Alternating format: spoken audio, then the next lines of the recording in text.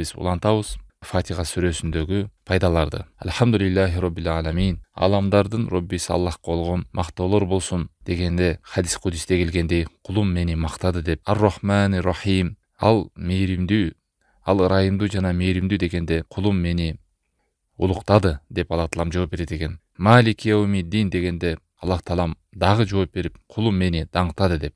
Мактады, улуктады, даңктады деп. Яка набуду ва яка настаин дегенде сага гана сыйынам, сенден гана жардам сурайбыз дегенде бул жарымы мага, жарымы кулума дейт экен Аллах таалам. Бул деген мааниси яка набуду деген бул Аллахка арналат, сага гана сыйынам деген. Ал эми ва яка настаин деген сенден гана жардам сурайм деген жарымы кулума деген ушул экен. Фатиха сүрөсүндөгү пайдаларды, сырларды, ажайыптарды айтып бүткүс. Себеби өзүңүздөр билгендей, буга чейин да канча кайталап келдик. Алла таалам бекеринен бул сүрөнү бир нече аттарды атап, жана Курандын энеси деп, жана Курандагы баардык кенен келген маалыматтардын баардык, кабарлардын баардыгы ушу Курандагы Фатиха сүрөсүнүн 7 аятына кайтат дегени, жана ошондой эле ар бир рекетте, ар бир намазда эмес, ар бир рекетте кайталаганыбыз, жана ошондой эле бул сүрөдөгү айтылган сөздөр караңыздар. Ал сөздү пайгамбар алейхиссалату вассалам айткан жок, же бир алым айткан жок. Муну Аллах таалам өзү айтып атат. Мына ушундай деп айткыла деп. Ал ырайымдуу, мээримдүү деп. Ал аламдардын Роббиси деп. Ал кыямат кайымдын жаза берүүчү падашасы. Жана караңыз эми бул жерде нерсени. Яка набуду ва яка настаин. Сага гана сыйынам, сенден гана жардам сурайын деп айткыла деп бизге Аллах таалам өзү үйрөттү. Мына ушундай дуаны.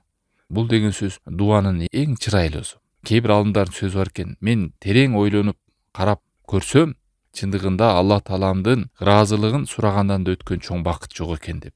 Себеби Аллахты ким тапкан болсо эмнени жоготту. Аллахты жоготкон болсо эмнени тап. Мейли бул дүйнөнүн баарын колуна кармаса да, бирок Аллах тааламдын ыраазылыгын таппаган болсо, көз ирмемчилик 50-60 жылдык, 70 жылдык жашоо менен канча адамдар деле дүйнөгө малынып, бирок ыймансыз өтүп кеткен болсо эмне деген бактсыздык. Көрсө ушул Алла тааламдын ыраазылыгын суроо чоң бакыт экен дептир. Анан бул жерде Алла тааламдын бизге кандай жол менен сураш керек, эмнени сураш керек да үйрөтүп кетти. Анан эстеп калыңыздар, дуа дегенде экиге бөлүнөт. Дуанын эки түрү бар. Биринчи дуа бул дуа ул ибада деп коет. Ибадат дуасы дейт. Ибадат дуасы деген эмне десе, бул ар бир Аллах тааламды субханаллах, алхамдулиллах, Аллаху акбар, ла илаха иллаллах, ла хавла ва ла куввата илля билля деп пайгамбар алейхиссалату вассалам бизге үйрөтүп кеткен дуа зикирлер бар да, Аллах мактоо сөздөр. Мына ушунун баардыгы дуа болуп саналат. Болгондо кандай дуа кирет десе, бул ибадат дуасы. Бир учурда эле Аллах тааламды мактап атасыз, даңктап, хамд сана айтып атасыз, бирок ошол эле учурда сиз жалынып, жалбарып дуа кылып атасыз дегенде маани камтылат экен. Себеби ойду, пикирди, тилди айтып, жүрөктү жыйнап айтканыңызда, бул бир убакта зикир кылып атасыз, зикир кылып Аллах тааламды эстеп, жана экинчиден дуа кылып атасыз. Себеби адам канчалык Аллах тааламды эстеп, зикир кылган сайын ошончолук жүрөгү ачылат дагы. Андан ары эмнени сураган болсо, Аллах таалам ага дуасына жооп берип, ошончо сен мени эстегин, мен сени эстейм. Токчулукта сен мени эстегин, жокчулукта мен сени эстейм. Сен жакшы жүргөн абалында мени эстегин, эгерде бир нерсе сураган болсоң, кыйынчылыкта мен сага дуаңды кайтарам деген сыяктуу хадис кудуслер аябай көп. Бул дуа зикирлердин баардыгы ибадат дуасы бар. Мына ошол нерсе Фатиха сүрөсүндө да келип атат. Кайсыл десеңиз, Алхамдулиллахи роббил аламин, Ар-Рахман Рахим, Малик яумиддин деп эскергениңиз, бул дагы Аллахты улуктап мактаганыңыздагы дуа. Жана ошондой эле яка набуду, сага гана сыйынам деп Аллах тааламга жалынып жалбарып атасыз. Бул дагы ибадат дуасы болуп саналат. Ал эми дуанын экинчи түрү кажет дуасы деп коет, же болбосо маселе дуасы деп коет. Мааниси эмне? Бул Аллах тааламдан бүт жакшылыкты сурайсыз. Эмне суранып, жалынып жалбарып атасыз, атын атап. Муну бере көр, Аллахым дуамды кабыл кыла көр, жакшылыгың бере көр, бул дүйнөдө жакшылык бер, акыретте жакшылык бер. Кажет дуасы, маселе дуасы деп коет. Бул дуа кайерде келди Фатиха сүрөсүндө деп сурасаңыз, бул яка набуду деп айткандан кийин ва яка настаин, сага гана сыйынамын деп айткандан кийин сенден гана жардам сурайм деп ошол долин деген жерге чейин баардыгы кажет дуалары камтылган ушул жерде. Эмнеге? Аллах тааламга сенден гана жардам сурайм. Эхдина сиротал мустаким, бизди түз жолго сала көр. Түз жолду сурап атасыз, хидаятты сурап атасыз. Сиротал лазина анамта алейхим гайрил магдуби алейхим валаддаллин. О Аллахым, ушундай жолго сал. Өзүң ыраазы болгондордун жолуна сал. Аларга сен ыраазы болуп, нематыңды берип, жакшылыгыңды берген адамдардын жолуна сал. Сенин каарыңа калып, билип туруп амал кылбаган жана билбей илимге умтулбаган, жолуңан адашкандардын жолуна сала көрбө деп адашуудан сактанып атасыз. Аллахтын каарына калып калган адамдардын жолунан сактанууну суранып атасыз. Жана ошондой эле Алла Тааламдын жолунда ыраазы болгон кулдардын жолуна сала көр жана түз жолуңа мени багыттай көр деп сага гана сыйынам деп бир нече улуу кажеттерди, талаптарды Аллах Тааламдан сурандыңыз. Ушунун баардыгы эмнеге кирет экен? Кажет, маселе дуасына кирет. Дуанын эки түрү бар, ошол эки түрү тең Алла Фатиха сүрөсүндө камтыган экен.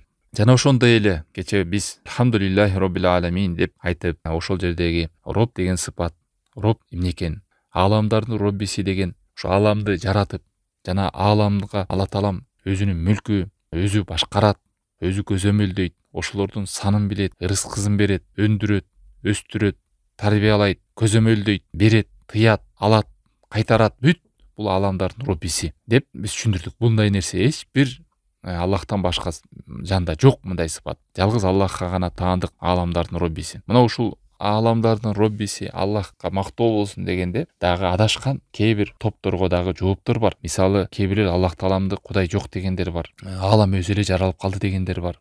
Зырыф болуп. Мына ошолордун баардыгына Алла Таалам ушул Фатиха сүрөсүнүн 1-аятында жооп берип атат. Жок, алам өзү жаралып калган жок. Бул аламдын башкарчусу бар. Бул аламдын кожоюну бар. Бул аламдын Роббиси бар. Ал мактоого ылайыктуу, татыктуу болгон Аллах менмин деп Алла Таалам Фатиха сүрөсүндө жооп берип атат. Алхамдулиллахи роббил аламин. Ал эми кээ бирлер келип не дейт? Жөн эле жарылуу болгон, өзү эле жаралып калган, жатындар төрөй берет, кайра жерге адамдар көмүлө берет. Бул ушундай закономерность, ушундай жашоо, ушундай нук деп бүт мээсинен айныгандар, Аллахка иман келтирбегендердин келжиреген кептери. Ал эми Роб дегенде биз жаңа айтканыбыздай аламга жаратып, жөн эле таштап койбостон аны багып, чоңойтуп, ырыскысын берип, көзөмөлдөп, оңдоп Роб деген сыпатка кайтат. Жана ошондой эле Алхамдулиллахи роббил аламин деген аятта Аллахка болгон сүйүү бар. Эгерде сиз буга чейинки сабактарды уккан болсоңуз, байлай аласыз. Эмнеге? Кандай сүйүү бар экен? Биз айттык, кимде ким Алла Тааламды мактаган кезде, мактоо сана айткан кезде, жөн эле сүйүү жүрөгүндө болбосо, жүрөгүндө сүйүү болбосо, анда ал жөн эле жанагы адамды кээ бирде какыштап мактап коет го. Ой, бул кыйын, мындай тигиндей. Жүрөгүндө сүйүү болбосо, мына ошондой эле сөз болуп калат. Ал эми биз Аллах Таала мактаганда сүйүү менен улуктоону камтырыш керек. Мына ошондо чыныгы мактоо болот саналат. Алхамдулиллахи роббил аламин. Аламдардын Роббисине болгон мактоо болсун. Анан ошо Фатиха сүрөсүн дайыма башкы аятты окуганда Алхамдулиллахи роббил аламин дегенде сүйүү бар экен билиңиз. Аллах болгон абсолюттук сүйүү. Экинчи Ар-Рахманур Рахим, ал ырайымдуу, мээримдүү дегенде үмүт бар экен билиңиз. Алла Таалам үйрөтүп атат. Мен ырайымдуумун, мен мээримдүүмүн деп. Бул деген сөз эч убакта үмүтүңүздү үзбөңүз Алла Таалам ырайымынан, мээриминен. Алла Таалам сизге энеңизден дагы, жакыныңыздан дагы, керек болсо өзүңүздүн жаныңызга караганда Аллах Таалам сизге күйүмдүүрөөк. Адам өзүн таштап салат, азын өлүп калып атат, бомуш болуп кетип атат, өзүн уулап өлтүрүп салып атат. Адам зулум керек болсо өзүнө да өзүн аябайт, өзүн таштап салат турган болот. Бирок Аллах Таалам адам баласына ушундай ырайымдуу, мээримдүү. Бул жерде үмүт бар деп билиңиз. Дайыма окуганда үмүттү өчүрбөңүз. Андан кийин Малик Яумиддин дегенде узун үмүткө байлап Алла Таалам ырайымдуу, мээримдүү, үмүтүңүз менен гана чектелип калсаңыз эмне болосуз? Бул амалга, шалакылыкка келет. Эч кандай буйруктарды аткарбайсыз, тыйылгандардан тыйылбайсыз. Жана чортоңбай эркеле үйдө эрке балдар болот го, мындай тартип болбосо, айтканын гана аткара берсе, ошондой бир эрке, сөздү укпаган, кежир бир балдар болуп чоңоет да. Тартиби жок. Ошондой эле адам дагы бул жашоодо. Аллах ырайымдуу, мээримдүү, эч кандай жаза жок, кыямат кылганда. Баарыбыз эмне кылсак деле Алла Таалам кечире берет деген нерсени жүрөгүңүзгө алып калса, баягы кээ эле Кудай жүрөктө, анан жүрөк главный таза болсо болду, жакшы үмүт, жакшы ырыс, үмүтүң болсо эле болду бар деп коет дагы, бирок ичип жүрө берет, арам иштерди кыла берет. Аллах ырайымдуу да, мээримдүү да, кечирет да, каяка барат деп. Мына ошондой бул үмүткө алданып, үмүт менен гана чектелип, Кудайды главный жүрөгүмдө сүйүү бар деп жана жогоруда айтат да, үмүт экөөнү байлайт дагы болду. Бияктагы Малик Яумиддин деген аятты маанисин билбегендер, Аллах Таалам кыямат кайымдын падышасы, кыямат күндө жазалоочу деген нерсе жүрөктөн чыгып кеткендер. Эгерде Малик Яумиддинди окусаңыз эмне келет десе, бул жерде коркуу келет. Ал күндө эч бир адам, акыл эс берген адам жанды сураксыз калбайт. Бардыгы суралат, бардыгы жазаланат. Жакшылык менен келсе жакшылык, жамандык менен келсе жамандык, айрымдарын кечирет абалына карап. Ошол күндө жаза бере турган күн деген ошол күндө суралабыз десе, адамга эмне келет экен? Коркуу келет. Коркуу келгенден өзүн эсеп кысап кыла алат адам. Кой буйрукту аткарайын, тыйгандан тыйлайын, Алла таалам чийип берген рамкада жүрөйүн деп, мына ушул дайыма ушул 3 аятты окуган кезде сүйүү менен адамда Алхамдулиллахи роббил аламин, Ар-Рахманур Рахим, Алла райымдуу мээримден үмүт, Малик йаумиддин коркуу. Ушул 3 нерсе бириксе, ушуну эстеп калыңыздар. 3 нерсе дайыма ибадатыңызда бириккен болсо, ибадат өтө чырайлуу болот. Ибадаттан өтө рахат аласыз. Бул деген сөз ар бир кылган ибадатыңызды сүйүү менен кылыңыз, үмүт менен кылыңыз, коркуу менен кылыңыз. Ал эми кээ бир учурда биз акыл калчабай ой жүгүртпөгөнүн кезде эмне болот бизде? Баягы нерсени бир жадап, эптеп эле бир бул нерседен кутулушту көздөйбүз дагы. Сүйүү жоголот, үмүт да жоголот, коркуу гана пайда болот да. Дин оор, Алла таалам ошону жазалап эле отуруп берет окшойт. Ар кандай жаман ойлорго келет аласытасың. Ошондой эле Ияка набуду ва ияка настаин деген жерде дагы Алла таалам жооп берип атат.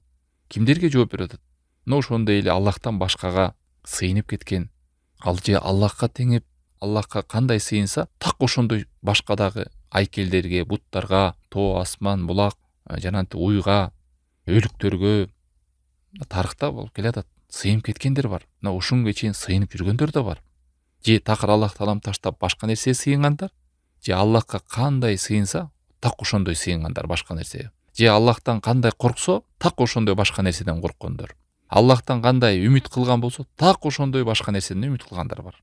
А же болбосо Аллахты кандай сүйгөн болсо, так ошондой башка нерсени да теңеп сүйгөндөр бар. Ширк дегенде теңдөө, шерик кошуу, Аллахтын акысын башка бирөөнүн акысын теңдеп коюу Аллахка. Мына бу жерде Алла таалам ушуларга да бизге үйрөтүп атат, жооп берип атат. Иякана сыйынамын сага деген жок.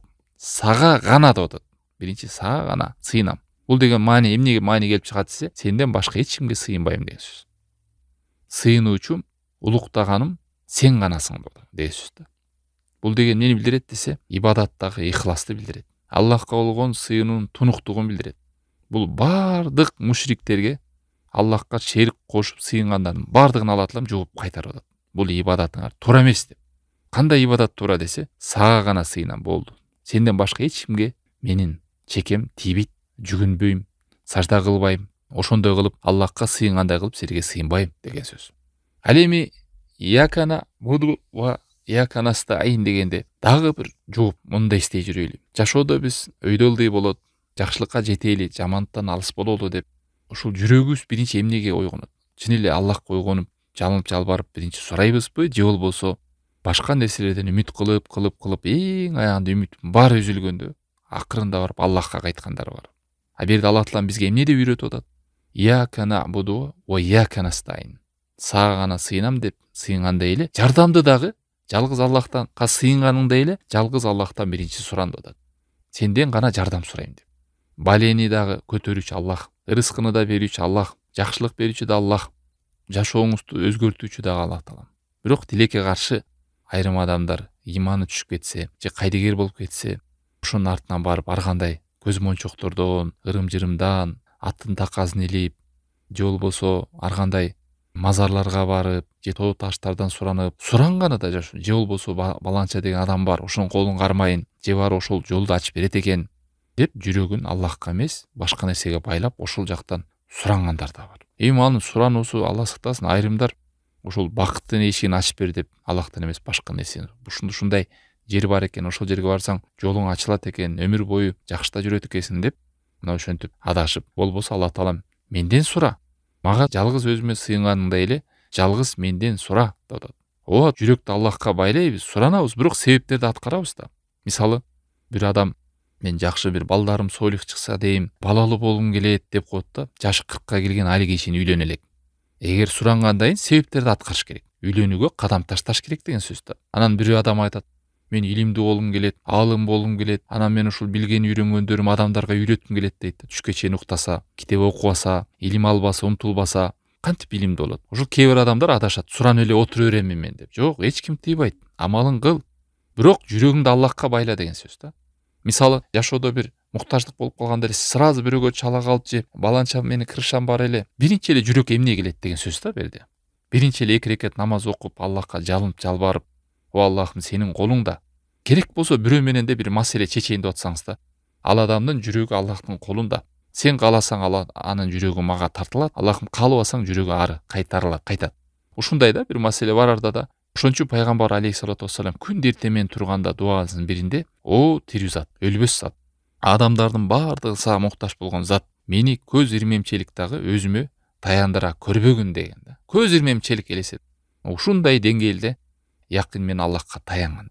Ал эми биз болсо жүрөгүбүздү бир макулукаттарга жалкактап, үркүп, коркуп, бул эмне деп коет, жакпай калсак, кабыл кылбай койсо, бербей койсо эмне кылам деп, мунун баардыгы ушу жүрөктөгү алсыздык. Аллахка таянуу эмес, дуа кылабыз, суранабыз, себептерин аткарабыз.